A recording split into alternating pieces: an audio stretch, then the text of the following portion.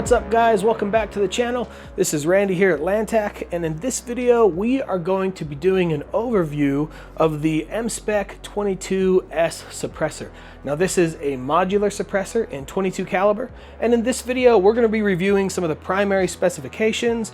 We're also going to talk about the various functionality aspects, kind of all the parts and the different things that you kind of get in the box. And then we're going to review some of the performance characteristics, talk about sound pressure levels, and then lastly we're going to talk about best practices and different use cases so that you guys can kind of analyze how you might want to set this can up for yourself. So stick around with us and we'll get right into it. All right, to get right into this, let's talk about what comes in the box when you purchase your M-SPEC22S suppressor. You basically have it right here. First and foremost, you get two adapters. You get a direct thread adapter as well as a Plan B adapter. And later in the video, we're going to go into why you might prefer one choice over the other, but you do get both of them in the box. Now, the suppressor also does come with your base, 5 baffles, and an end cap. So depending on how you might want to set this up, you can configure it in multiple configurations. Regarding the adapter, it should be noted with the Plan B mount here that this is not your typical hub adapter. So if you're familiar with suppressors, or if you've done a little bit of shopping or you've done some research, you might see hub compatibility as a primary feature because it's kind of more popular with rifle cans in the industry. This is not your traditional hub, though it is a Plan B adapter, so it will mate with any Plan B style muzzle device. The outer threads here do not mate with your traditional 1.375 or 1 3/4 by 24 hub. So this is not a hub compatible Plan B adapter. If that was the case, the problem you kind of run into when it comes to a 22 caliber suppressor is that, like, if we went with a regular hub, that would mean that the outer diameter of the can, just by default, because the larger thread here, would be just too large. It would not be ideal for any 22 long rifle use, and that's really not what the aim was when we designed this. So it is a hub, it is an adapter for this suppressor only. It will work for any Plan B muzzle device in the entire industry, but it is not your traditional hub. One part regarding both of the adapters we should also talk about is that you will notice there are notches here, but there is not like a spanner wrench included in the box. These notches in the adapter are the same profile as your castle nut. So if you're familiar with AR-15s, they're very popular building ARs. There's your castle nut, which is used to tighten the buffer tube against the lower receiver, and almost anybody who does anything in, kind of the AR world or the AR industry has a basic mil-spec armorer's wrench. So these armorer's wrenches are very common. You can find them all over the country in various kind of different forms and factors. Not everybody just makes the standard mil-spec armorer's wrench. There's all kinds of multi-tools and stuff that have a castle nut wrench in them, and they're not expensive. They're very common, so you probably already have one of these in your toolbox. But that is why we went with the profile of the basic castle nut on the back end of the adapter.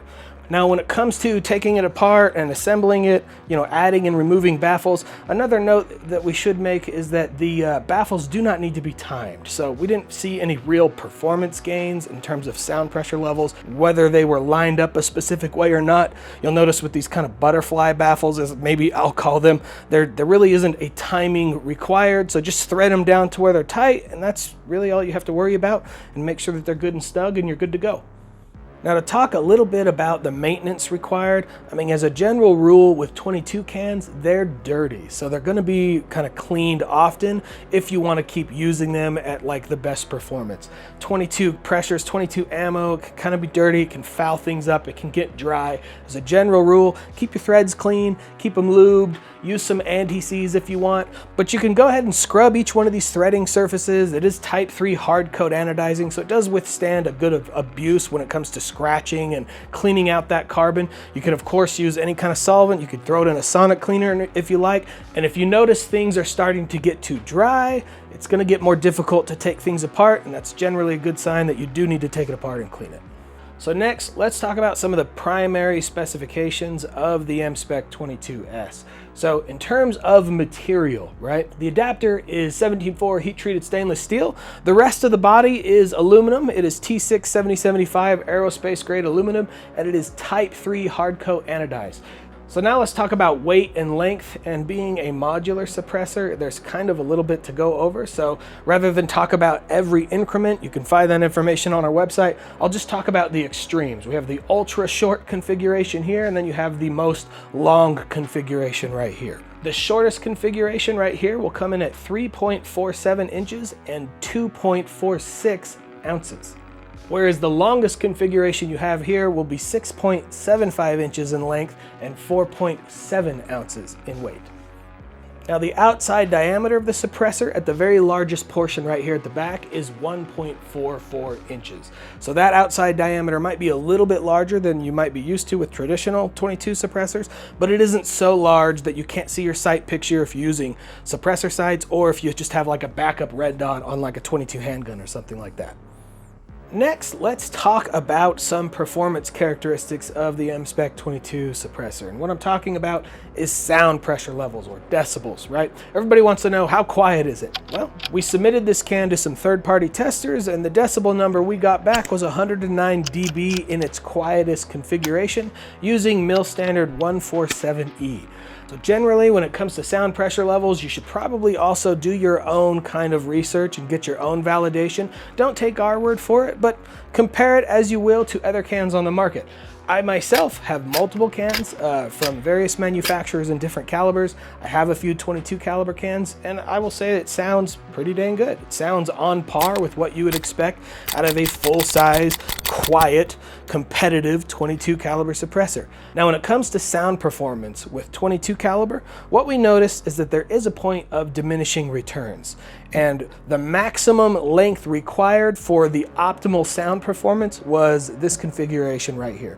3 baffles, right? So if you have just 1 baffle, it's good. If you have 2 baffles, it's great. If you have 3 baffles, it's excellent. But 4 and 5 really didn't make a difference in terms of sound pressure levels when it comes to 22 long rifles. So you might be asking yourself, well, then why are we including a 4th and 5th baffle? Well, the reason is because not everybody who buys a 22 can is intending to use it for just 22 caliber platforms. You might have 17 HMR, 22 Win Mag, you might have 5.7 or various other, rifles in different calibers, and you might want the longer kind of configuration to tame noise more with those higher pressure levels.